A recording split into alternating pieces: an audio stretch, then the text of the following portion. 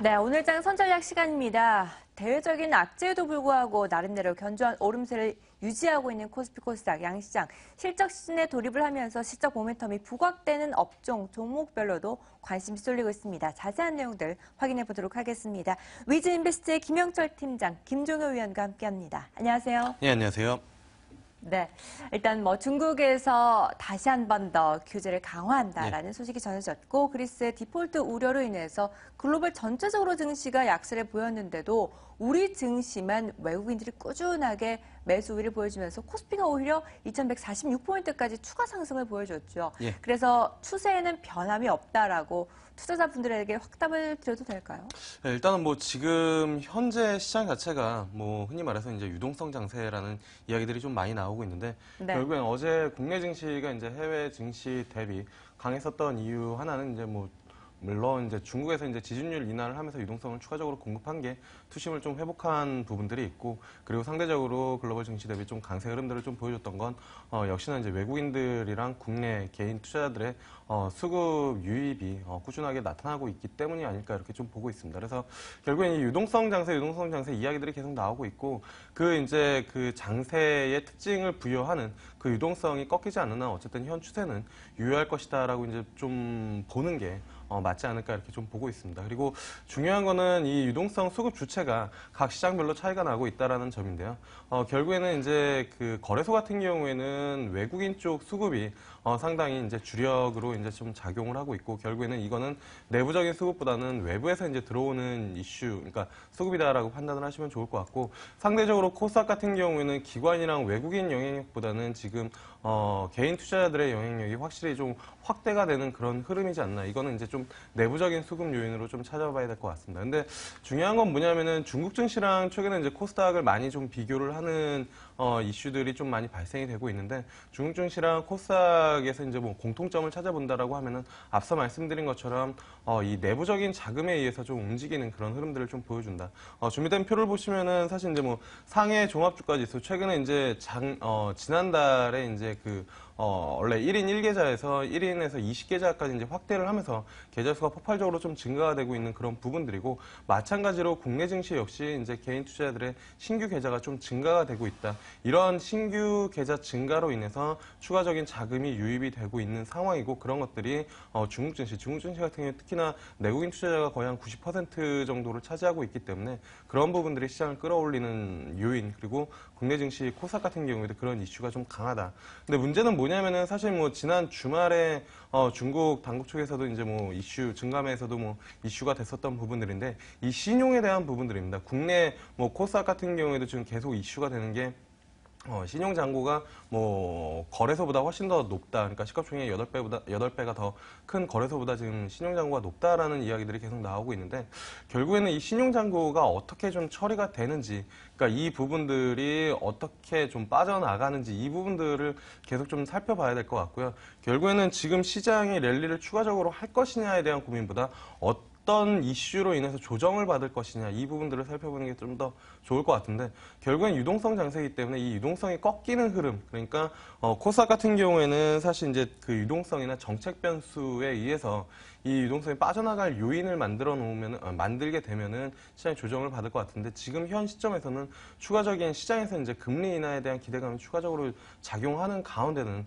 딱히 그런 유동성이 급격하게 빠져갈 만한 요인을 찾기는 쉽지 않다. 그러니까 외부적인 강한 쇼크가 나오기 전까지는 그런 요인들을 좀 찾기는 어렵지 않을까, 이렇게 좀 판단을 하고 있습니다.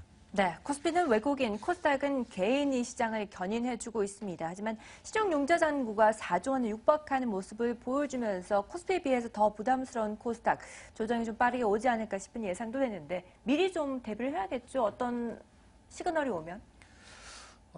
일단 미리 대비한다라고 하는 것이 굉장히 어렵습니다. 그리고 지금 앞서서 전문가께서 얘기해 주신 것처럼 지금 핵심은 그냥 간단하게 말씀드리면 외국인 수급이 견조하게 버텨지고 있거든요. 이게 안 빠지고 있으면 시장의 조정은 그냥 없다라고 보시는 게 좋을 것 같습니다. 그래서 복잡다단하게 외부 변수 뭐가 터지고 뭐가 터지면 어떻게 되겠지라고 생각하시는 것보다 단순하게 외국인들이 팔면서 시장이 흔들리기 시작하면 그때 줄여도 된다.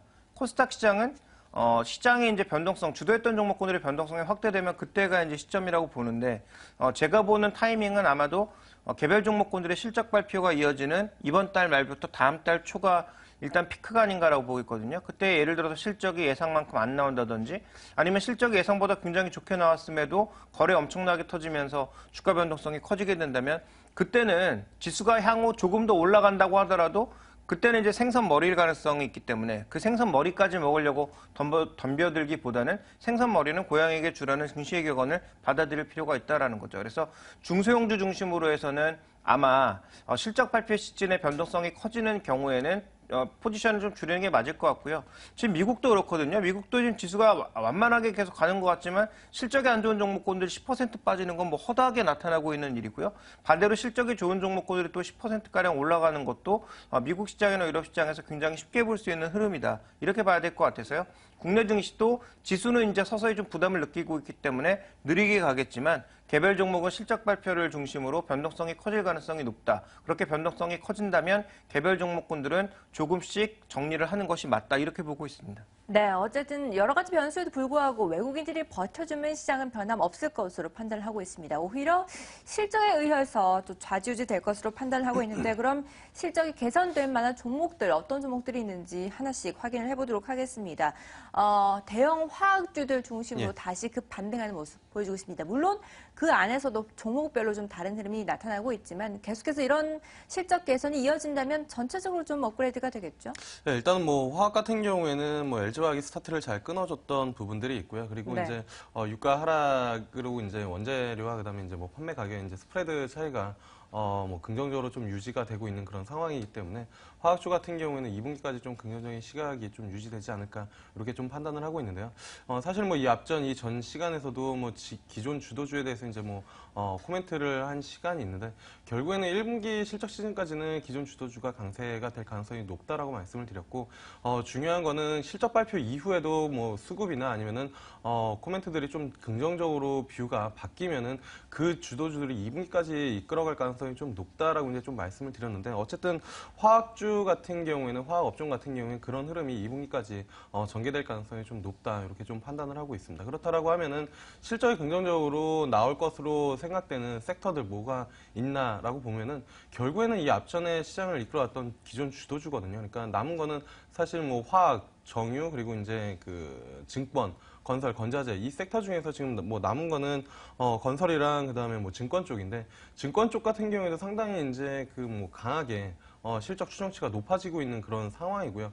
뭐 전년 동기 대비 뭐 5배 이상 이익이 증가될 것으로 예상되는 증권사들도 좀 나오고 있는 그런 상황이기 때문에 뭐 증권 쪽 그리고 뭐 건설, 건자재 뭐 꾸준하게 좀 관심을 가져봐야 되지 않을까 이렇게 좀 보고 있습니다. 그래서 화학 같은 경우에는 기존 탑픽 뭐 롯데케미칼이랑 LG화학이라고 말씀을 드렸고요.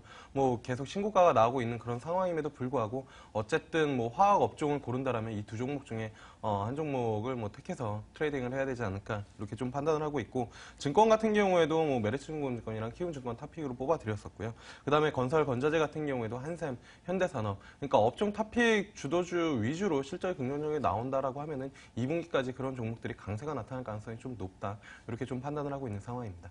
네, 화학주뿐만 아니라 증권, 건설에도 관심을 가져보자. 그 안에서도 주도주 중심으로 다시 한 번 더 전략을 세워보시기 바라겠습니다.